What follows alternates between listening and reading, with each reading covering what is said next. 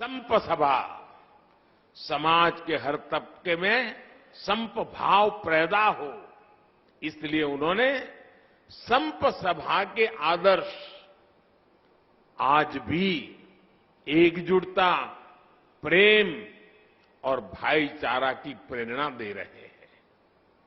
उनके भगत अनुयायी आज भी भारत की आध्यात्मिकता को आगे बढ़ा रहे हैं। साथियों, 17 नवंबर 1913 को मानगढ़ में जो नरसंहार हुआ, वो अंग्रेजी हुकूमत की क्रूरता की पराकाष्ठा थी। एक और आजादी में निष्ठा रखने वाले भोले भाले आदिवासी भाई बहन, तो दूसरी ओर दुनिया को गुलाम बनाने की सोच। मानगढ़ की इस पहाड़ी पर अंग्रेजी हुकूमत ने 1,500 से ज्यादा युवाओं, बुजुर्गों, महिलाओं को घेर करके उन्हें मौत के घाट उतार दिया।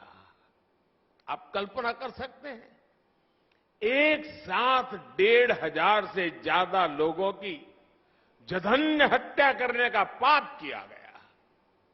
दुर्भाग्य से आदिवासी समाज के इस संघर्ष और बलिदान को आजादी के बाद लिखे गए इतिहास में जो जगह मिलनी चाहिए थी, वो नहीं मिली। आजादी के अमृत महोत्सव में आज देश उस कमी को पूरा कर रहा है। आज देश उस दशकों पहले की भूल को सुधार रहा है। साथियों, भारत का अतीत, भारत का इतिहास, भारत का वर्तमान और भारत का भविष्य आदिवासी समाज के बिना पूरा नहीं होता। हमारी आजादी की लड़ाई का भी पग पग इतिहास का पन्ना पन्ना आदिवासी वीरता से भरा पड़ा है। 1857 की क्रांति से भी पहले विदेशी हुकूमत के खिलाफ आदिवासी समाज ने संग्राम का बिगुल फूंका था। 1780, आप सोचिए, 1857 से भी पहले 1780 में संथाल में तिलका मांझी के नेतृत्व में दामिन सत्याग्रह लड़ा गया था, दामिन संग्राम लड़ा गया था। 1830-32 में बुधू भगत के नेतृत्व में देश लरका आंदोलन का गवाह बना। 1855 में आजादी की यही ज्वाला सिद्धू कान्हा क्रांति के रूप में जल उठी। इसी तरह भगवान बिरसा मुंडा ने लाखों आदिवासियों में क्रांति की ज्वाला प्रज्वलित की। वो बहुत कम आयु में चले गए, लेकिन उनकी ऊर्जा, उनकी देशभक्ति और उनका हौसला ताना भगत आंदोलन जैसी क्रांतियों का आधार बना। साथियों, गुलामी के शुरुआती सदियों से लेकर 20वीं सदी तक आप ऐसा कोई भी कालखंड नहीं देखेंगे जब आदिवासी समाज ने स्वाधीनता संग्राम की मशाल को थामे न रखा हो।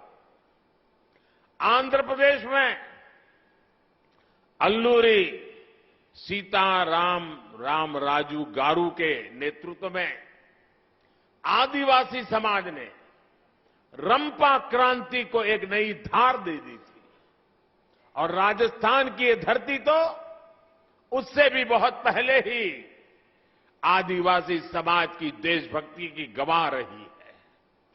इसी धरती पर हमारे आदिवासी भाई बहन महाराणा प्रताप के साथ उनकी ताकत बनकर के खड़े हुए थे। साथियों, हम आदिवासी समाज के बलिदानों के ऋणी हैं, हम उनके योगदान के ऋणी हैं।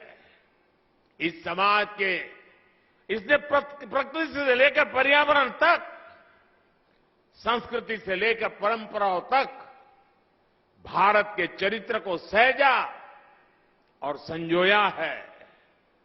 आज समय है कि देश इस ऋण के लिए, इस योगदान के लिए आदिवासी समाज की सेवा कर उनका धन्यवाद करे। बीते 8 वर्षों से यही भावना हमारे प्रयासों को ऊर्जा देती रही है। आज से कुछ दिन बाद ही 15 नवंबर को भगवान बिरसा मुंडा की जयंती पर देश जनजातीय गौरव दिवस मनाएगा। आदिवासी समाज के अतीत और इतिहास को जन जन तक पहुंचाने के लिए आज देश भर में आदिवासी स्वतंत्रता सेनानियों को समर्पित विशेष म्यूजियम बनाए जा रहे हैं।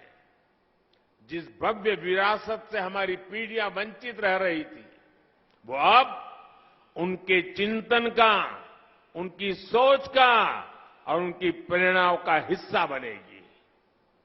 भाइयों बहनों, देश में आदिवासी समाज का विस्तार और उसकी भूमिका इतनी बड़ी है कि हमें उसके लिए समर्पित भाव से काम करने की जरूरत है।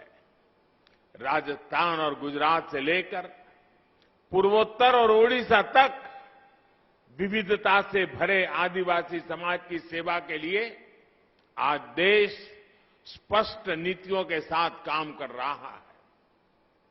वनबंधु कल्याण योजना के जरिए आज जनजातीय आबादी को पानी, बिजली, शिक्षा, स्वास्थ्य और रोजगार के अवसरों से जोड़ा जा रहा है। आज देश में वन क्षेत्र भी बढ़ रहे हैं, वन संपदा भी सुरक्षित की जा रही है और साथ ही आदिवासी क्षेत्र डिजिटल इंडिया से भी जुड़ रहे हैं। पारंपरिक कौशल के साथ साथ आदिवासी युवाओं को आधुनिक शिक्षा के भी अवसर मिले,